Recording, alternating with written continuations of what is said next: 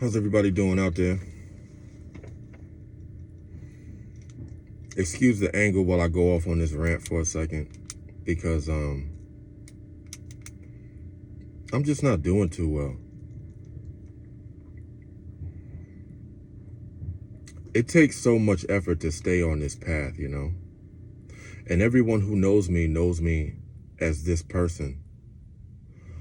But the person you see in front of you making these videos has not always been. And so therefore, I don't really have anyone to rely on when things get rough for me. People say eat right, I already eat right. People say work out, I already work out. People say pray, give it to God, I already give it to God. I already have a strong prayer life. I already do the necessary things required to live a healthy, godly, righteous life. But when things get tough, sometimes the only person that you can call on is yourself. And I'm still a human being. It gets tiring, you know? Excuse the noise. Y'all know where I'm at. But I'm trying not to feed the monster, man. That's what I may call this one. I'm struggling spiritually to not feed the monster. And like I always say, man, this is Jared, the 20-year recovering sex addict, 20-year recovering abusive sex addict, no filters, no edits, no nothing. The channel that is not in YouTube's algorithm, the channel that gets no promotion, the channel that never asks you to like, comment, subscribe, and the channel that tries to be as genuine as and honest as possible. And that's what I'm doing right now. Let me put it to y'all like this, right? Excuse me while I go off, man. My day ones, y'all are greatly appreciated. You don't know how much certain comments and people talking back, how much it means to me. It keeps me going, because sometimes I feel like it's just me against the world.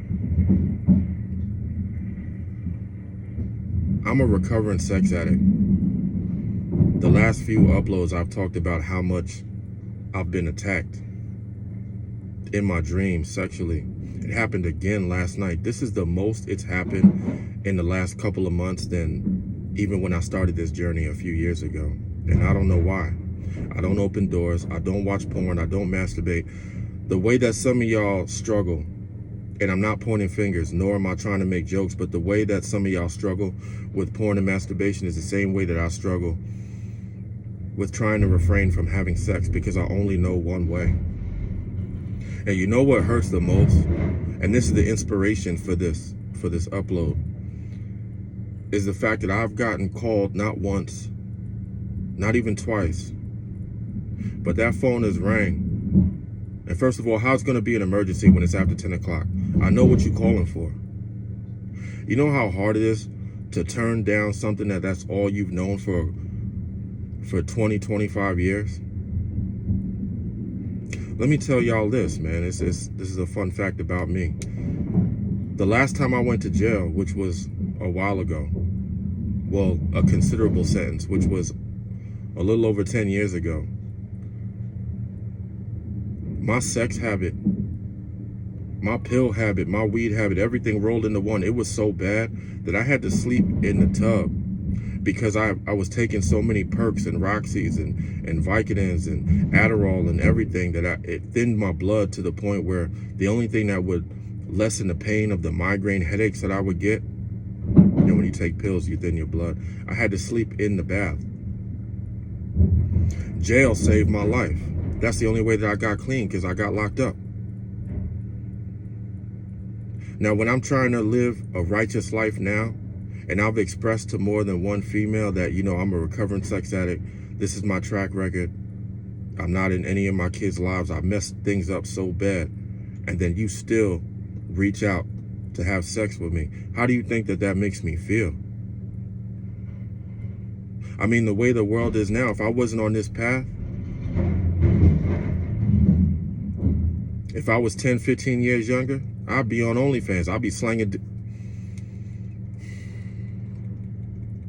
I'd be monetized by now. And that's not even tooting my own horn. I'm just saying that's the type of life that I was living. If certain options were presented at that time, I would have fallen. It takes so much for me to stay this path. And 95% of the time, I'm fine. But 5% of the time, when those urges hits, when those options become available, when things aren't going the way that I want them to go in my life, it gets so hard. And that's why I'm sharing with y'all. So I'm pouring my heart out to y'all because I'm trying to keep the faith. I'm trying to stay straight.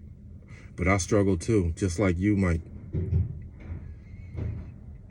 But I'm trying to stay on this narrow path, man. And it gets hard sometimes. Pause. It gets difficult sometimes. And I struggle just like y'all do, man.